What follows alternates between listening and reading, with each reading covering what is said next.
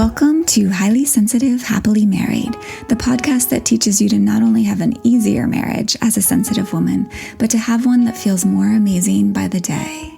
Where you'll hear relatable stories, love advice that works, and coaching on how to have a marriage where feeling upset and disconnected is a thing of the past, and where instead a sense of loving connection and even fun and lightness is the norm.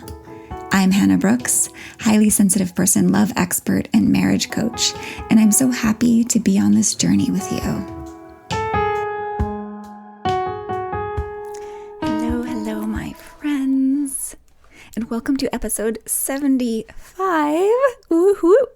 I'm celebrating myself for this today. 75 is a big number, and I want to celebrate with you by sharing just one of many things I hear, emails that I get, quotes from people who email me about how they love this podcast and how it's made such a difference in their lives. Here's one I found in my inbox the other day. She says, I found your podcast accidentally.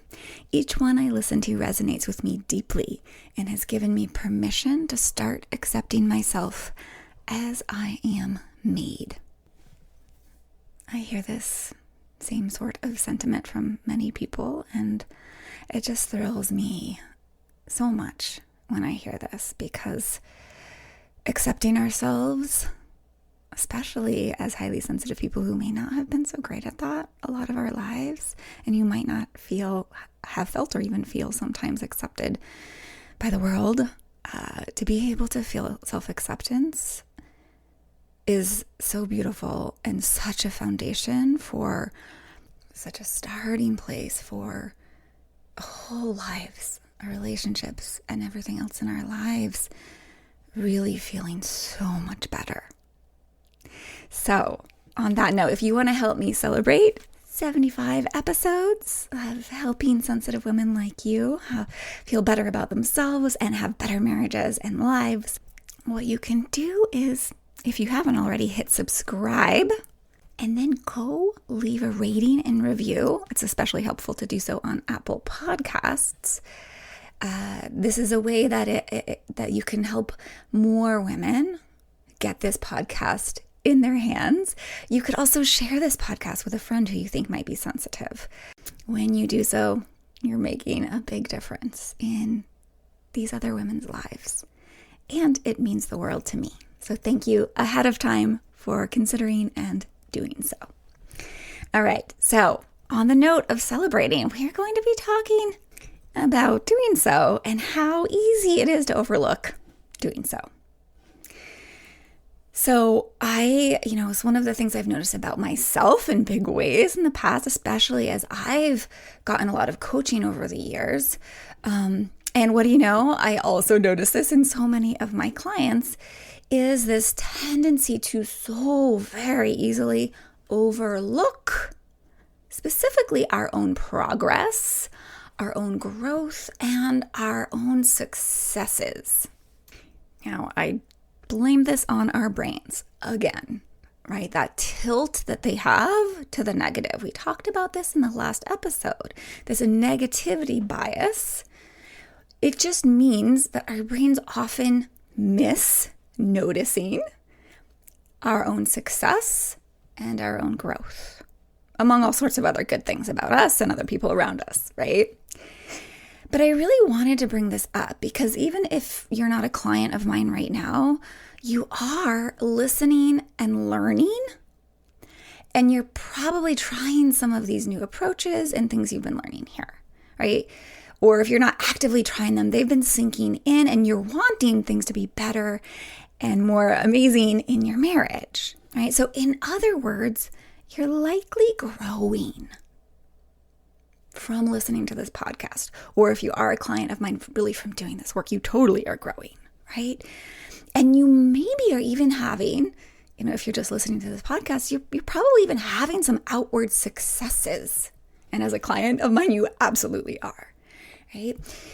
And what I mean by that is for example, you're perhaps noticing when your brain goes into should mode, right? I talked about should pain in a somewhat recent episode.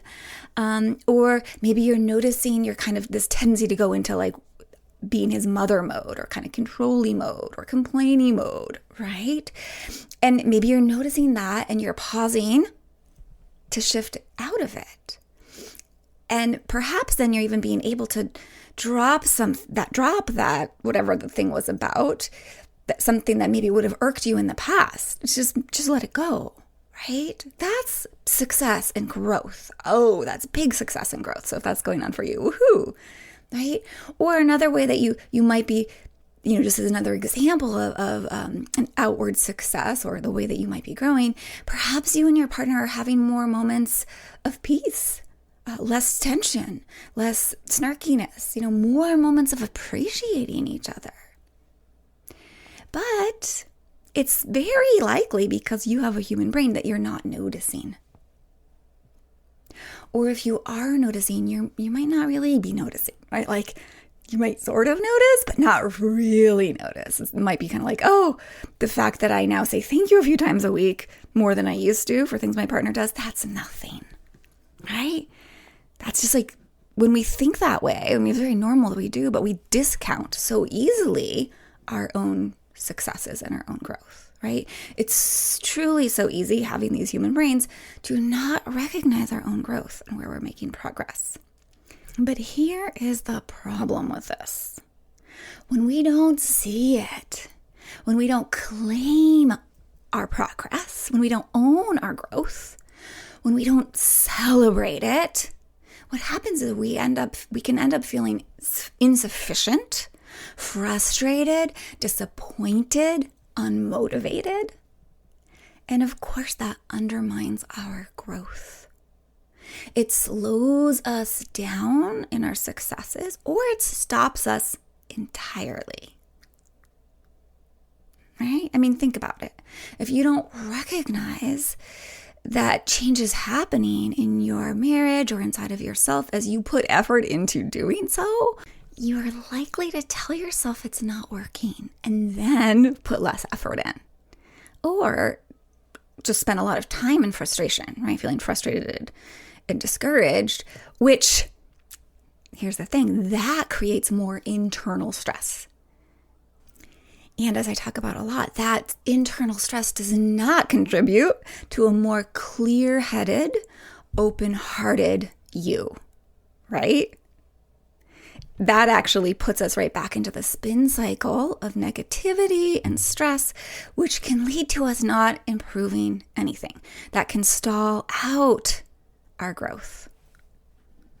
Now, on the flip side, recognizing our growth, even if it's just tiny little things, and better yet, still like really celebrating ourselves for that growth, gives us the fuel and the affirmation that we need to keep it up, right? Celebrating and recognizing ourselves for our growth is a way of deliberately curbing our like natural human brain tendency to focus on what's wrong or missing, right? Again, our brains tend to naturally see what's missing and what's going wrong easier than what's going right. So celebrating it and recognizing it is a way of deliberately curbing that tendency and guiding our attention to what is right? It's a way of deliberately looking at what we do have, how we are succeeding. So I just want to offer an example here if a personal example is I've had a goal over the last couple weeks or months even of being more present and really enjoying my husband more. After, and this has come up for me after a while of being a little bit more focused on other things in my life this past 6 months. And so the other day, when my husband was being really affectionate and just sweet, I noticed I was just feeling and acting really aloof. So what happened in my brain was like, I'm not making progress, right? It was telling me I wasn't succeeding in my goal. I wasn't growing, right? I wasn't succeeding. And So what I did then, because I know my brain so well, I was able to turn that around, right? And start taking a real look at the shifts I had made. For example, I remembered deliberately that we had just had a really in tune weekend, and I had really enjoyed him in so many ways. And just because I had had some less enjoyable or more aloof hours later, it didn't mean that I'm not shifting things, right? I started to just focus on how the trajectory has been on the up and up. And as I focused my attention on that, what happened was I started just feeling more relaxed inside of myself and more soft and more open to his affection, which was exactly what my goal was, right? So we as humans in our modern society are so used to, at least most of us, I don't know about you, but I hear this all the time from clients. And it's certainly like almost what we're trained in if you went to high school and college, right? Is giving ourselves critical feedback, right? We're used to giving ourselves critical feedback. And I mean, not necessarily constructive criticism, right? And, let's be honest, we also do that with our partner. We give critical feedback to our partner sometimes, yeah? We do as humans have this tendency to evaluate ourselves from a negative, like this is what I need to do to improve place, which of course has its place, no doubt at all. But most of us miss the work of looking at what's working for us, like what we're doing successfully, right? In general, and when it comes to actively learning and applying new approaches in our lives, and of course, in our marriages. So we really to be effective growers, we need to evaluate our successes at least as much, if not more, for some of us, than our challenges. Let me say that again. Most of us need to evaluate our successes, look at our successes, and use that as feedback more than we need to look at our challenges and quote unquote failures in order to fuel growth. So in this spirit, I start almost all of my coaching calls with my clients by asking them what they can celebrate this week, what successes they had, what they want to recognize themselves for. And what I find is that they don't always find this instantly. And that's simply because they're not used to looking for such things, right? Again, instead, their brains are in the habit of looking for what's wrong or what didn't go well. But once I make space for them to think and, ponder this a little bit, they always find something to celebrate. And after a while of working together in doing this weekly, they get really good at it. It's quick, snap, quick for them to find something or a few things that they can own as having gone well, as having been something they did that was successful, or some shift that they made that they feel proud of. And it always feels really great to them to let themselves see this and own their progress, right? Their marriage's growth. It's so powerful, and it gives them fuel to keep it up. It literally gives them energy, motivation, and inspiration to keep it up. So celebrating and recognition fuels growth. And the beauty is that you do not need to wait for other people to give you celebrations, and recognition. You can give those things to yourself simply by spending a bit of brain power looking for the successes, growth, and things to celebrate. That's it. And here's the thing, as you spend more time with this, you come to know yourself as someone who is good at creating the changes she wants. You start seeing yourself as someone who is improving her marriage, who is becoming more of the person she wants to be, right? Someone who has that power.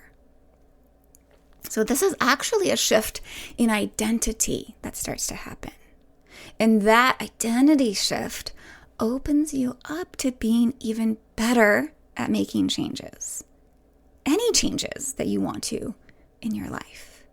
Because it's just who you are. You start to just know this is who you are, right? I'm someone who can create changes. I'm the one who can succeed. I'm someone who can grow and shift things how I want to shift things, right? And that gives you a certainty in yourself, a confidence that keeps you on an upward spiral in your life. So I want to give you another fun example of this. A client and I were working on decreasing his stress levels, as he knew that this was really impacting his ability to show up how he wanted to with his wife. It was really impacting his marriage. So his goal around this was to have more regular workouts and a meditation practice. As in the past, he always knew that this helped him with stress tremendously and his mood. So the other day on our call, he said, as we were looking at this, he said that he lacks self-discipline. Those were the words that came out of his mouth. I lack self-discipline. So I, being the coach that I am, of course, immediately caught that not so helpful thought, right? And I asked him how it felt to him to think that way about himself.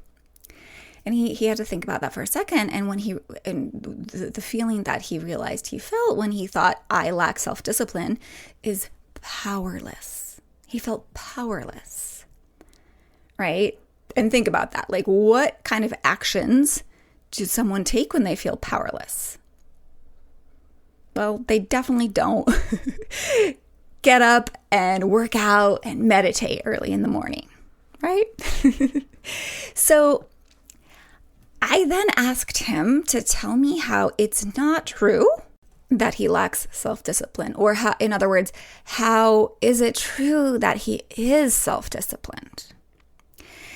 And as soon as we made that U-turn, and he made that U-turn in his brain, he saw all the ways that he is self-disciplined and how he's been able to make changes through that capacity of self-discipline, right?